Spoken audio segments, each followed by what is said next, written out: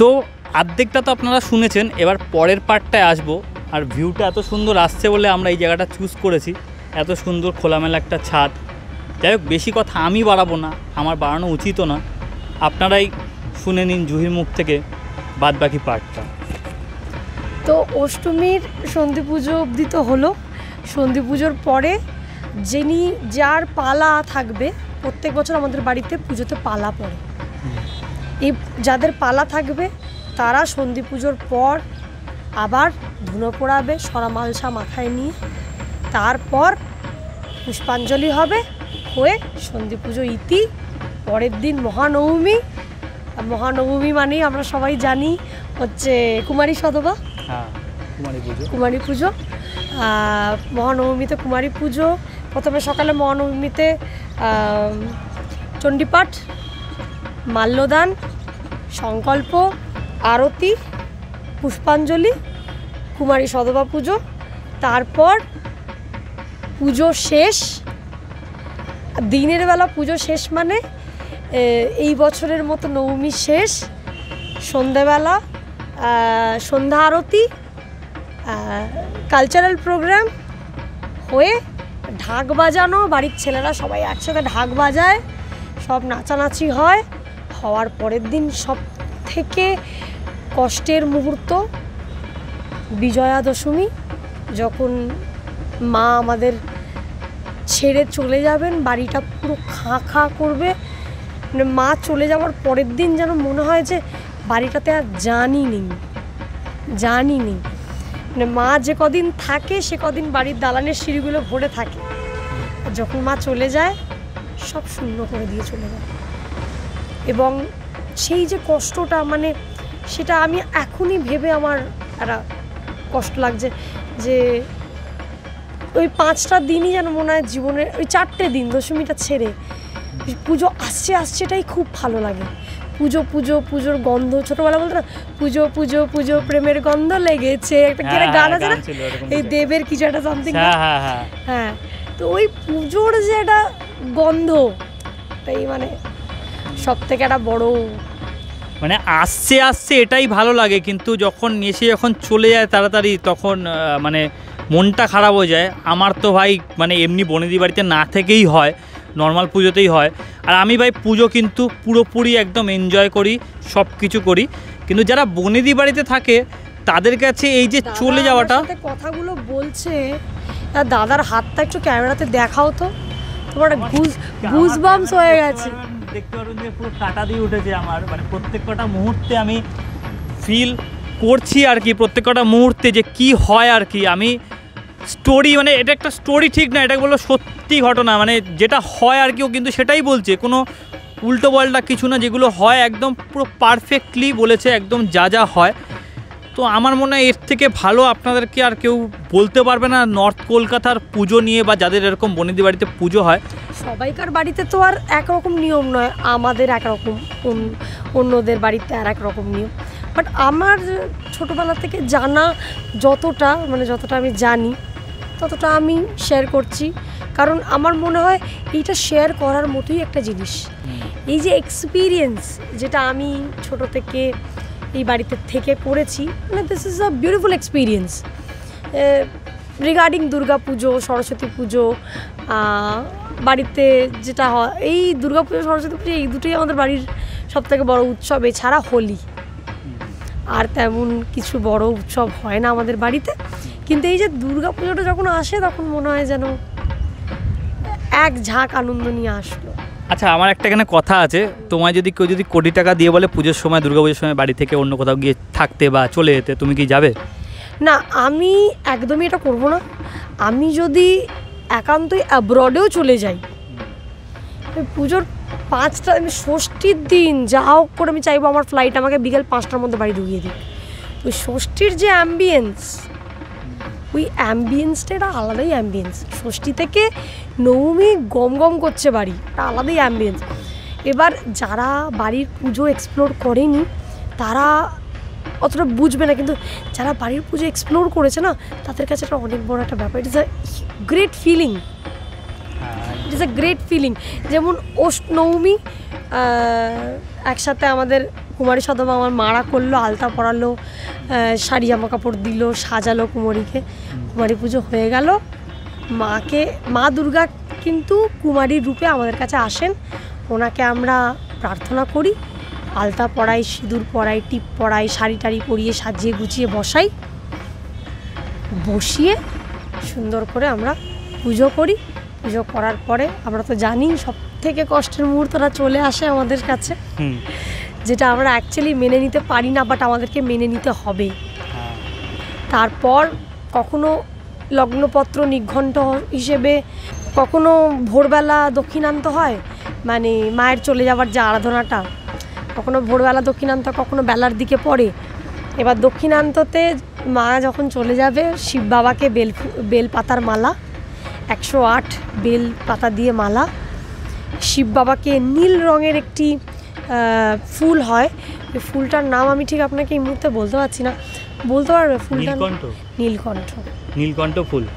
হ্যাঁ, আমি কিন্তু ঠাকুর সম্বন্ধে একটুখানি জানি, কারণ যে বেগুনি কালারের যে ফুলটা হয়, নীলকণ্ঠ ফুল। হ্যাঁ, ওই বেল পাতার মালা এবং নীলকণ্ঠ ফুল দিয়ে বাবার গলায় পরানো হয়। মাকে হাতে জবার মালা, গলায় জবার মালা পরানো হয়, পরিয়ে আমাদের আরতি হয়, মন্ত্র পাঠ হয়, আরতি হয়। আরতি হওয়ার পর যখন ঠাকুরমশাই যখন মাকে বিদায় করেন না, মাকে মানে যেতে দেন, যে মা তুমি এসেছো, ঠিক আছে, এবার তুমি ফিরে যাও, ঠাকুরমশাই যখন বলেন না কথাটা, আমি বলছি আমার গায়ে কাঁটা দিচ্ছে, ঠাকুরমশাই যখন বলে না কথাটা, তখন ঠাকুরমশাই না গলা বসে, মানে সে মানে কাঁদতে হাওয়া করে কাঁদতে মাকে বলেন যে তুমি, মন্ত্রগুলো ঠিক আমি জানি না, ঠিক অতটা ডিটেলসেই বলতে পারবো না, কিন্তু এতটুকু বলতে পারি, তখন ঠাকুরমশাই বলেন, ওনার গলা ভারী হয়ে যায়, উনি হাও করে কাঁদেন, মানে মন্ত্র পড়তে কাঁদেন, মানে ওই যখন মাইকে ওটা শোনা যায় না, মাইক বক্সে যখন বাজে যে ঠাকুরমশাই, মানে তখন আমাদের মায়েদের চোখে, আমাদের চোখে জল চলে আসে, যে এত দিনের আনন্দ আজকে জলে পড়ে যাবে, আজকে সে তার শ্বশুরবাড়িতে আবার ফিরে যাবে, আবার সামনে বছরের অপেক্ষায় থাকবো আমরা।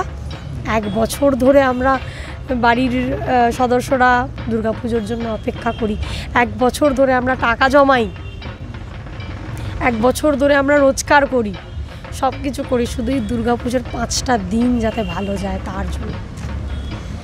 তো এবার মাকে দক্ষিণান্ত হলো, ঠাকুরমশাই বলল নি, তারপর ঢাক বাজলো, বললো জয় মা, বলার পর ঢাক বাজার পর লক্ষ্মীনারায়ণ ওপরে ঠাকুর ঘরে উঠে গেলেন।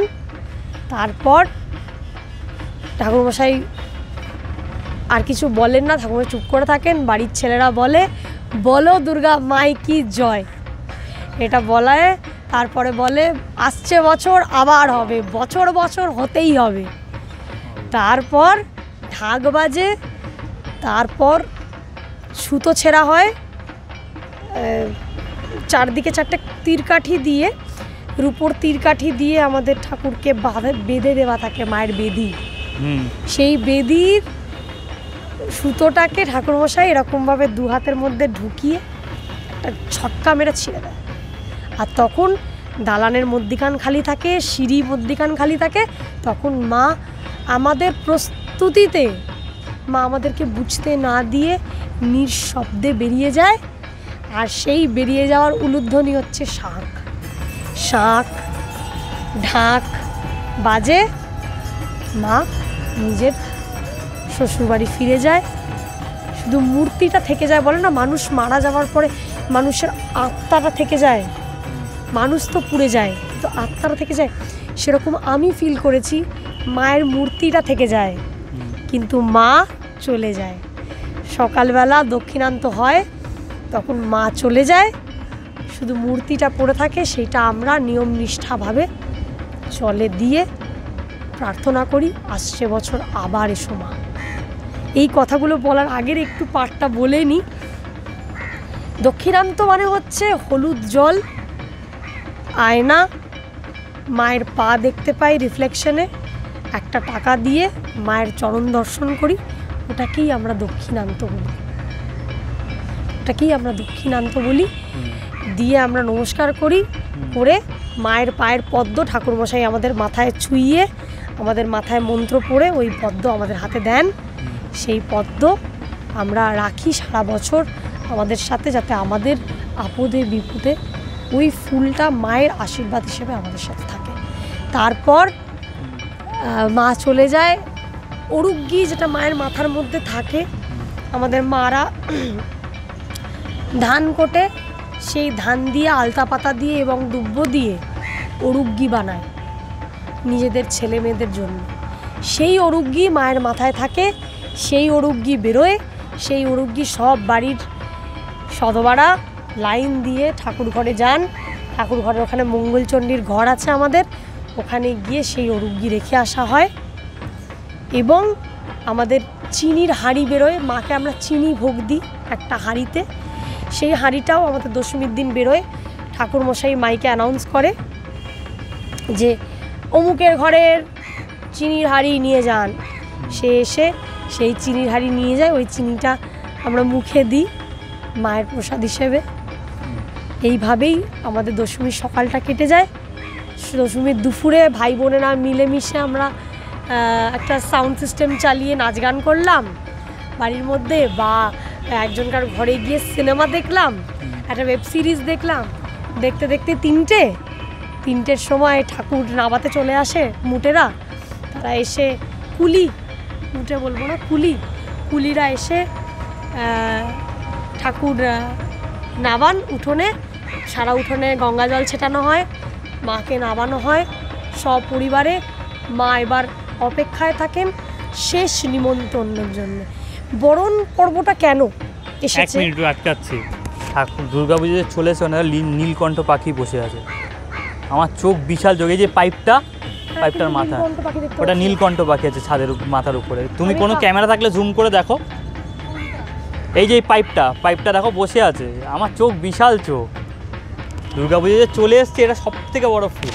হ্যাঁ আছে নীলকণ্ঠ পাখি। তো কুলিরা আসে, ঠাকুর নাবানো হয়। নাবানোর পর মানে মেন যে কথাটা সেটা হচ্ছে যে এই বরণ পর্বটা কি, মায়ের বরণ কেন হয়, কেন করি আমরা। মাকে বরণ করে নিলাম, নেওয়ার পরে মাকে কানে কানে যারা পরের বছর যার পালা থাকে, মানে এই বছর যার পালা সে আগের বছর মাকে নিমন্ত্রণ করেছে, এই পালার পরের বছর যার পালা সে মাকে বলবে কানের কাছে গিয়ে, আসছে বছর আবার এসো। সপরিবারে শিব বাবাকে বলবে যে বাবা তুমি আসছে বছর সবাইকে সপরিবারে নিয়ে আবার এসো। এই যে প্রার্থনা, এই যে নিমন্ত্রণ যেটা আমরা করলাম, এটা করার পর মা আর দাঁড়িয়ে থাকে না। মা কনকাঞ্জলি দেয়, যার পালা তার কোলে চাল। যেরকম আজ আমার যখন বিয়ে হয়ে যাবে, আমি যতই বলি আমি কনকাঞ্জলি জিনিসটাকে একদম বিশ্বাস করি না, প্রাধান্য দিই না। কারণ কোনোদিনও এক মুঠো চাল কেউ কোনোদিনও কোনো সন্তান তার বাবা মায়ের করে দিয়ে যেতে পারে? একদম একদম একদম একদম একদম খাঁটি কথা বল। এই যে মায়ের কনকাঞ্জলি, মাকে যে আমরা ভোগ দিয়েছি, প্রসাদ দিয়েছি, মা কি সেই ঋণ শোধ করে দিয়ে যেতে পারবে? একদম কোনোদিনও পারবে না সেই ঋণ শোধ করে দিয়ে যেতে। তাই ওটা ঋণ না, ওটা আমাদের ভালোবাসা। আমার বাবা মায়ের আমার উপরে কোনো ঋণ নেই। আমাকে উনি বড় করেছেন, আর আদরে রেখেছেন, বকাঝকা করেছেন, ভুল করেছি শাসন করেছেন, সব কিছু করেছেন, কিন্তু ওইটা কোনোদিনও আমি ঋণে কাউন্ট করি না। একদম ওটা কোনোদিনও ঋণের ইয়েতে ধরা উচিতই না। এবং এবার যখন মা কনকাঞ্জলি দিল, আর মা দাঁড়ালো না। এবার সবাই বলো দুর্গা মাই কি জয়। মাকে তোলা হয়, তুলে বাসে করে বাসের পাট্টিতে বসিয়ে মাকে বার করে নিয়ে যাওয়া হয় বাইরে। এরকমভাবে কুলির মতো করে কাঁধে ধরে বের করে নিয়ে যাওয়া হয়। মানে এদিকে 4-5টা লোক, ওইদিকে 4-5টা লোক, দুটো বাস থাকে, সবাই মিলে এরকম কাঁধে তুলে নিয়ে যাওয়া হয়। ওই যখন মা বেরোচ্ছে বাড়ি ছেড়ে, যেই জায়গায় মা ছিল মাকে করা বরণের পাতা, ফুল, মালা যে জায়গায় ছিল, সবাই সেই জায়গায় বসে হাঁটু গেড়ে মাথা ঠেকিয়ে প্রণাম করে। আর সবাইকার একটাই প্রার্থনা, এই কোভিড সিচুয়েশন ঠিক হয়ে যাক, মানুষে খেতে পাচ্ছে না, মানুষের রোজগার নেই, এই পরিস্থিতি ঠিক হয়ে যাক। একটা গরিবেরও যেমনি মাথা উঁচু করে বাঁচবার অধিকার আছে, একটা বড় লোকেরও তেমনি মাথা উঁচু করে বাঁচবার অধিকার আছে। কেউ অসৎ পথে টাকা রোজগার করে আর কেউ সৎ পথে, এটাই তফাৎ। কিন্তু আজকের ডেটে, আজকের যে পরিস্থিতি, বড় লোকদেরকে আমি একদমই দেখতে পাচ্ছি না নিচে যেতে, আমি তাদেরকে দেখছি উপরে যেতে, কিন্তু গরিবদেরকে আমি দেখছি একদম নিচে চলে যেতে। তারা উপরে যেতে পারছে না, তাদের সেই জায়গাটাই নেই যে তারা পারছে বা কিছু। কিন্তু এই যে পরিস্থিতি যে পাল্টেছে প্যান্ডেমিক সিচুয়েশনের জন্য, যে এত মানুষের অসুবিধে, এত কিছু, এটা আমার একটাই প্রার্থনা, সবাইকারই এটা প্রার্থনা, যাতে এই পরিস্থিতি খুব শিগগিরই শিথিল হয় এবং মানুষ যাতে স্বাভাবিক জীবনে ফিরে যেতে পারে। এই মনস্কামনা নিয়ে আমরা 2 বছর ধরে মাকে এটা বলেই আমরা বিদায় করছি। আবার যখন মা আসছে, মাকে আমরা সেম কথাটাই বলছি যে মা, তুমি সব ভালো করো, সবার মঙ্গল করো, এটাই একটা আমাদের মেন মঙ্গল কামনা। তারপর আমরা চলে গেলাম গঙ্গার বক্ষে, পায়ে হেঁটে, খালি পায়ে হাওড়া বাবুঘাট আমরা হেঁটে গেলাম। আমরা পুরো হেঁটে গেলাম হাওড়া বাবুঘাট। তারপর ঠাকুরকে আমরা উল্টো করে, ঠাকুর এরকম একটা স্লোপ আছে, ওখান দিয়ে বাঁশে করে ঠাকুর হালকা হালকা হালকা হালকা করে স্লিপ করে করে করে করে সেই বাঁশটাকে এরকম করে তুলে দেওয়া হয়। মা পুরো 1, 2, 3 বারের বার একদম তলিয়ে যান, তলিয়ে যান। তারপরে আমরা আবার খালি পায়ে, যার পালা সে মায়ের গঙ্গা জল ডুবকি দিয়ে তুলে পেটে গামছা দিয়ে কলসি বেঁধে এরমভাবে সে নিয়ে আসে। আর যেই 2টো বাঁশ যেটা মায়ের সাথে গেছিলো, সেই 2টো বাঁশ 2 সাইডে থাকে, বাড়ির বড়রা সেই ব্যক্তিকে গার্ড করে নিয়ে আসে আমাদের বাড়িতে। এসে দালানে দাঁড়ানো হয়, দালানে ঘট রাখা হয়, ঠাকুরমশাই আসেন, শান্তির জল দেওয়া হয়, সবাই পা ঢেকে বসি মায়ের জল বলে।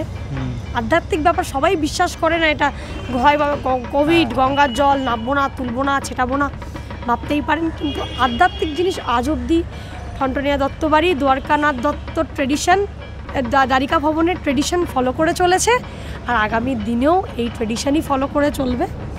এইটা আমার মানে বিশ্বাস, আর আমি এই বিশ্বাস আপনাদের সবাইকেই দিতে পারি, এইভাবেই হবে। এবং তারপর আমরা বাড়িতে আসার পর শান্তি জল নেওয়ার পরে নারায়ণ মা লক্ষ্মীর কাছে গিয়ে প্রণামী দিয়ে নমস্কার করি। ঠাকুর ঘরের ঠাকুরমশাই, গুরুদেব, আমাদের যিনি গুরুদেব, যিনি যার দীক্ষায় সবাই দীক্ষিত, তাকে নমস্কার করা হয়, তাকে প্রণামী দেওয়া হয়। দেওয়ার পর আমরা নিচে যাই, নিচে গিয়ে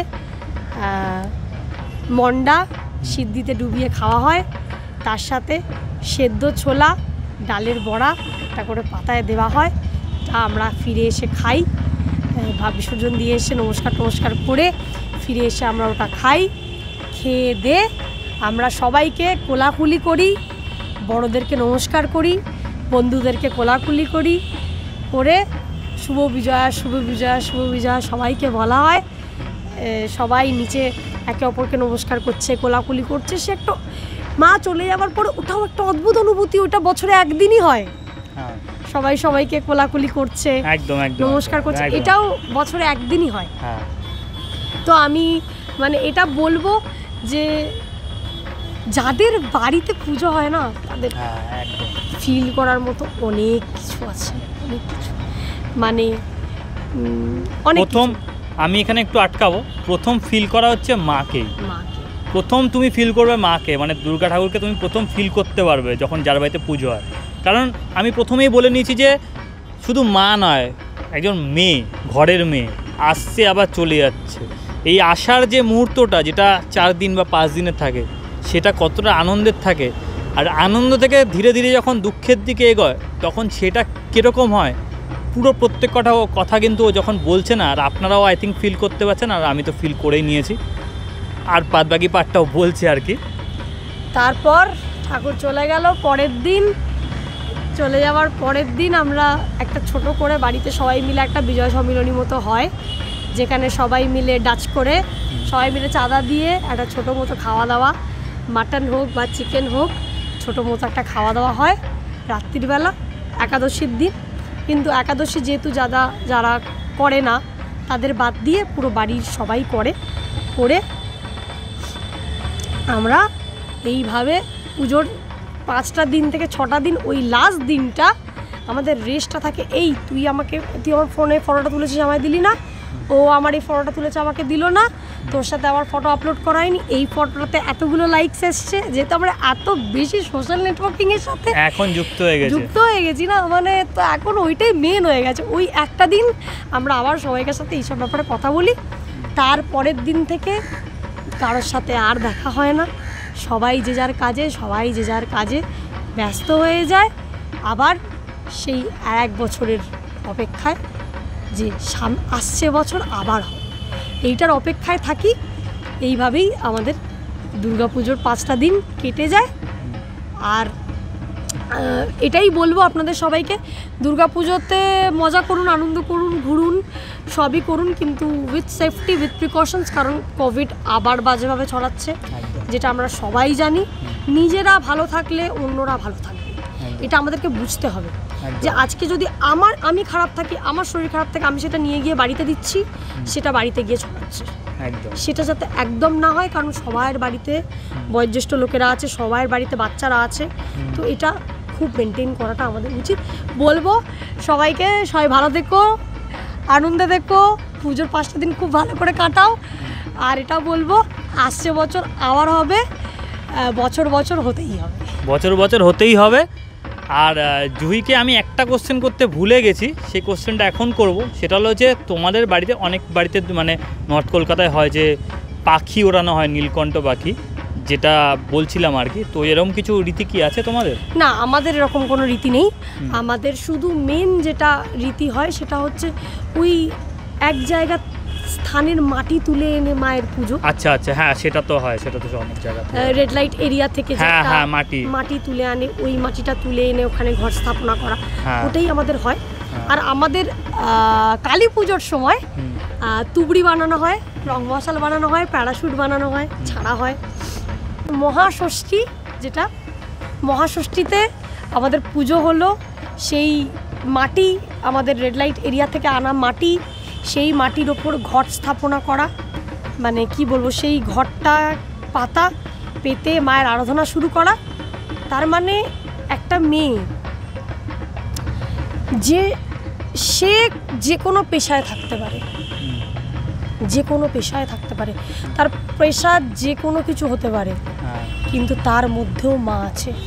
তাই আমি সবাইকে একটা কথা বলবো, সে যেরকমই মেয়ে হোক, গরিবের হোক, বড়লোকের হোক, সে তার ক্যারেক্টার খারাপ হোক, সে যেমনই হোক, মেয়েদের সম্মান করতে শেখো।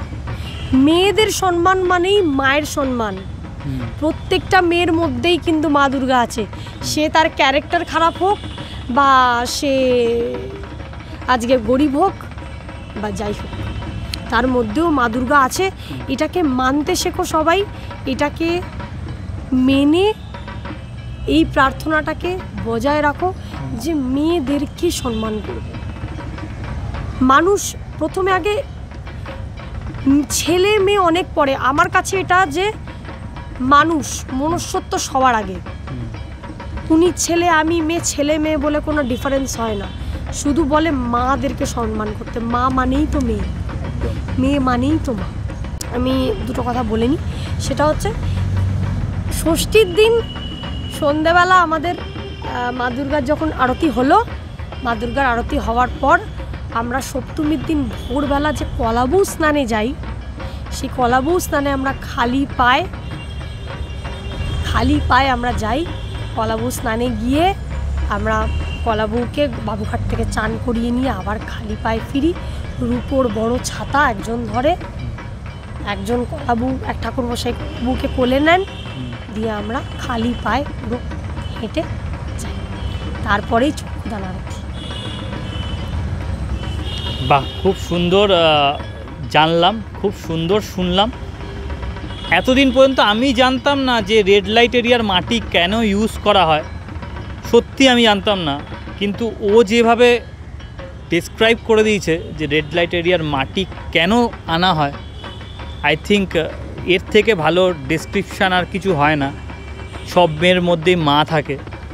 তো হ্যাটস অফ টু হার যে এরকমভাবে সুন্দরভাবে আমার এই চ্যানেলে সুন্দরভাবে একটা বনিদি বাড়ির পুজো নিয়ে এরকমভাবে বলল। আর প্রতিটা লাইন কিন্তু আপনারা ফিল করতে পারবেন যদি আপনারা বাঙালি হন। আর দুর্গাপুজো আসার যে ফিলটা থাকে সেটা আই থিঙ্ক আপনারা কি বুঝতে পারছেন, আই থিঙ্ক ওর কথাতেই কীরকম ফিলটা হয় দুর্গাপুজো আসলে বা দুর্গাপুজোর সময় কীরকম ফিলটা হয়। সো প্রত্যেক কটা কথা কিন্তু একদম পারফেক্টলি বলেছে।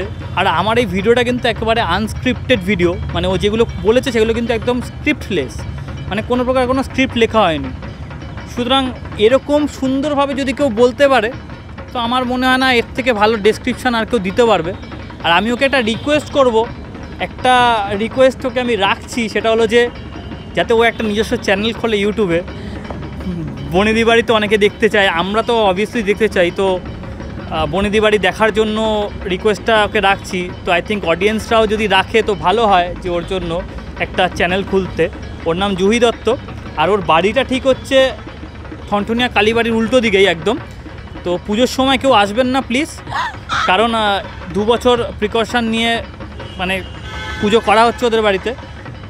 সো আমি একটু আরেকটা জিনিস রিকোয়েস্ট করছি যে কোনো দিন যদি এরকম ওপেন হয়ে যায় পুরোপুরি ব্যাপারটা, তো আমাকে যাতে ডাকে। আর আমি কিন্তু অবভিয়াসলি আসবো পুজোর সময় একদিনকার, মানে যখন ওপেন হয়ে যাবে। আর এটা হচ্ছে লাহাবাড়ির ঠিক পাশেই একদম বাড়িটা। আর সবথেকে আরেকটা বড় জিনিস যেটা আমি ফিল করলাম, আপনারা আই থিঙ্ক শুনতে পেয়েছেন কিনা জানি না, যখনও কথাগুলো বলছে পেছন দিকে কিন্তু একটা আজানের আওয়াজ আসছে। মানে ওপরওয়ালা এটাই বোঝাতে চাইলো যে সবার উপরে মানুষ সত্য, তাহার উপরে নয়। এত সুন্দর দুর্গাপুজোর মধ্যেও এরকম একটা ফিল, তার সঙ্গে পিছনে আজানের আওয়াজ আসছে। সবার উপরে মনুষ্যত্ব তাহার উপরে যেরকম নাই, সেরকমই আমি তো এই বাড়িরই মেয়ে, আমারও অনেক কিছুই দেখা, অনেক কিছুই শোনা, অনেক কিছুই বোঝা। তো আমিও একটা শেষ কথা একটা বলতে পারি যে হাত পা সব কিছু বেঁধে ফেলে রাখতে পারবে মানুষ, কিন্তু কোনোদিনও কেউ কারোর মন বাঁধতে পারবে না। তাই জন্যে নিজের মনটাকে স্থির রাখতে হবে, নিজের লক্ষ্যটাকে স্পষ্ট রাখতে হবে, যাতে কোনো মানুষ কোনো দিনও এটা না বলতে পারে কাল তো তুই এটা বললি, আজ তুই ওটা কেন বললি না।